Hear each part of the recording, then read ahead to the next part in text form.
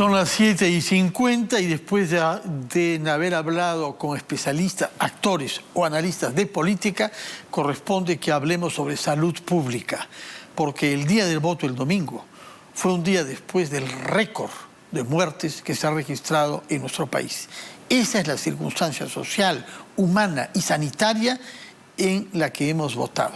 Por eso hemos invitado a un ingeniero electrónico, el señor Juan Carvajal, que ha puesto su ciencia al servicio del análisis, la explicación y la previsión de la pandemia que estamos viviendo. Señor Carvajal, muy buenas noches y bienvenido a RPP. Muy buenas noches, Fernando. Gusto en saludarte. Quisiera que nos diga en primer lugar cuál es su reacción ante las cifras que el MINSA nos ha venido transmitiendo estos últimos días, la última de las cuales, hace pocos minutos, arroja un total de 259 muertos durante las últimas 24 horas. En líneas generales, Fernández, si uno ve la situación actual, estamos en el peor momento y no solamente hablamos por fallecimientos por COVID-19, según lo que reporta el MINSA, sino en líneas generales con respecto a muertes por causas totales, lo que nos muestra hoy el SINADEF por encima de 1.100 fallecidos, ¿no? O sea, las cifras aún son muy altísimas. De esos datos globales que, como ustedes dicen, nos hacen saber que estamos atravesando el peor momento desde el inicio de la pandemia, de esas cifras globales, ¿tenemos una idea clara de si se ha modificado la edad promedio de los infectados y de los muertos? Mire, cuando uno analiza la Plataforma Nacional de Datos Abiertos, uno lo que está percibiendo en estas últimas semanas en cuanto a contagios es que se percibe un crecimiento, un aumento considerable en la etapa de vida juvenil. Y esto, de alguna u otra manera, tiene relación con lo que se ha detectado en muchas regiones con la variante brasileña.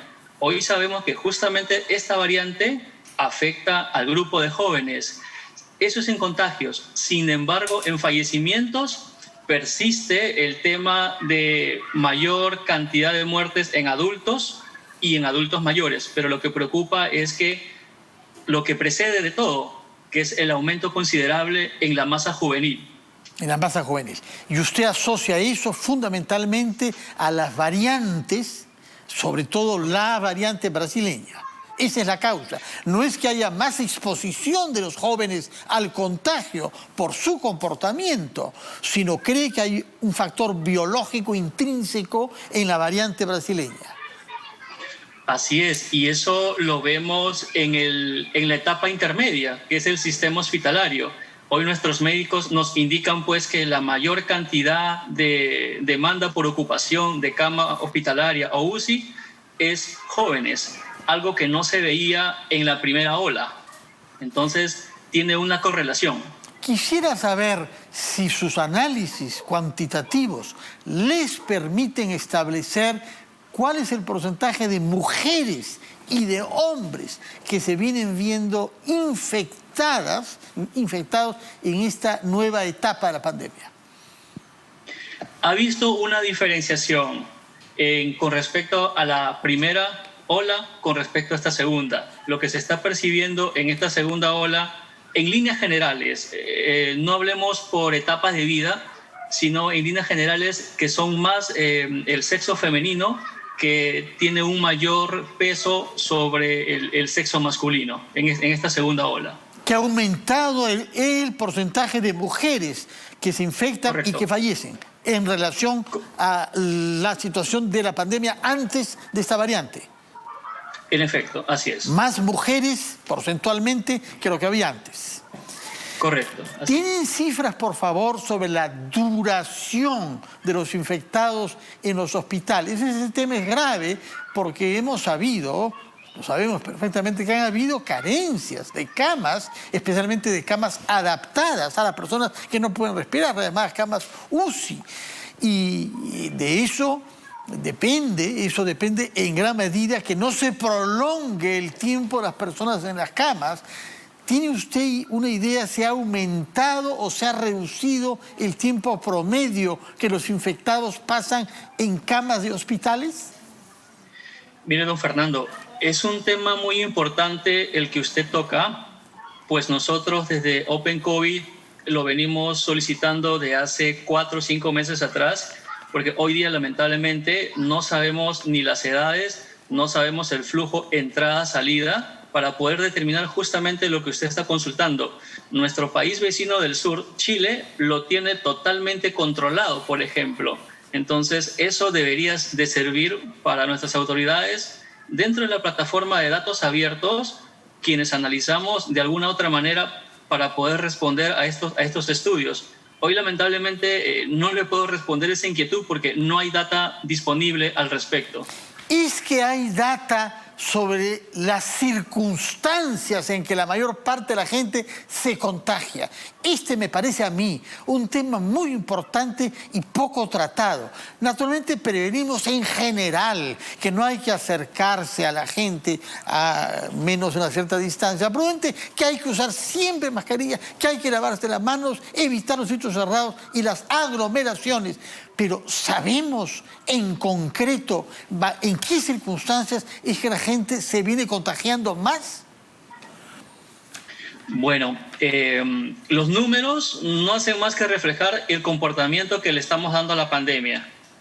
Hoy, en el mes de febrero, por ejemplo, el decreto decía pues de que había cuarentena, pero sin embargo en las calles no era así. Hoy los efectos lo estamos viendo en el mes de marzo, en el mes de abril, donde por un lado las aglomeraciones, y sin ir muy lejos, hace un par de días atrás, en los comicios electorales, tras el término, vimos pues mucho desorden, mucha aglomeración, gente que no usaban correctamente la mascarilla, exponiéndose. Ese es un factor principal y ya nuestros expertos de epidemiología así lo indican. Cuando sucede alguna situación en particular, se espera entre 1 a 2 semanas para que, por un lado, aumenten los contagios y lamentablemente vuelva a colapsar el sistema hospitalario y pues veamos un aumento de fallecimientos, ¿no? Hoy lo que estamos viendo es el reflejo de lo que pasó en Semana Santa. Lo de las elecciones lo podemos ver de aquí a 1 a 2 semanas. Claro que sí. Ahora la pregunta más importante, ingeniero Carvajal. ¿El gobierno ahora está mostrando apertura hacia lo que le dicen los científicos? Bueno, eso, hace como 2 semanas atrás tuvimos un acercamiento con el gobierno, todo el equipo de Open COVID Perú, sobre la data que nosotros manejábamos. Lamentablemente la situación se enfrió. Esperemos que de aquí en adelante se abran más las puertas, porque hoy lamentablemente hay mucha información disgregada en varios lugares, pero no está concentrada en uno solo para que la población en medio de esta pandemia sepa directamente cuál es la realidad de nuestro país. Entonces, la labor nuestra, de alguna u otra manera, es congregar todo en un solo lugar e informar. Esa fue la razón por la cual nació Open COVID Perú, ¿no? Absolutamente, concentrar la información para saber con qué enemigo estamos batiéndonos. Una última pregunta, ingeniero Carvajal. Usted ha hecho claro un distingo entre el número de muertes con un diagnóstico de COVID, muertes en hospitales en general, y un número muy superior al de las muertes registradas por el SINADEF. ¿Hay manera de calcular qué porcentaje del exceso de muertes que no están diagnosticados por COVID corresponden al COVID y no a otras causas, así sean causas mediatas producidas por el COVID? Estamos hablando de cerca del 60%. Por causa general, no COVID y COVID, hoy en día el promedio es de 1.100. 1.100 muertos por día, de muertes en general en el Perú. Así es. Normalmente, ¿cuánto era en un mes como este sin pandemia? 300 personas, 300 peruanos. O sea, hay 800 muertos de más, correcto, de los cuales 300, ahora último, estos últimos días, son de COVID. Falta explicar 500. falta explicar que de esos 500, ¿qué porcentaje se puede presumir que estén causados directamente por el COVID? Digo directamente porque no quiero mezclar los que mueren de COVID con los que mueren porque no van al hospital para evitar ser infectados, que es un porcentaje también, entre otras modalidades. Sí. De esos 500, numéricamente estamos hablando entre 300 personas. Entonces, en líneas generales, según SINADEF, hoy nos marca entre 600 a 700 personas por COVID-19. Lo restante, a 1.100, es por causa ajena al COVID. Bueno, ingeniero Juan Carvajal, muchas gracias por sus explicaciones y gracias también por ese trabajo voluntario que usted hace en Open COVID Perú, que es este dispositivo creado por especialistas de diversas disciplinas para contribuir a un conocimiento científico sobre la realidad que estamos viviendo con esta pandemia. Muchas gracias, que tenga usted muy buenas noches. Terminamos por hoy nuestro programa, pero los invitamos mañana a las 7 de la noche a una nueva versión de las 5 de las 7. Que tengan todos muy buenas noches.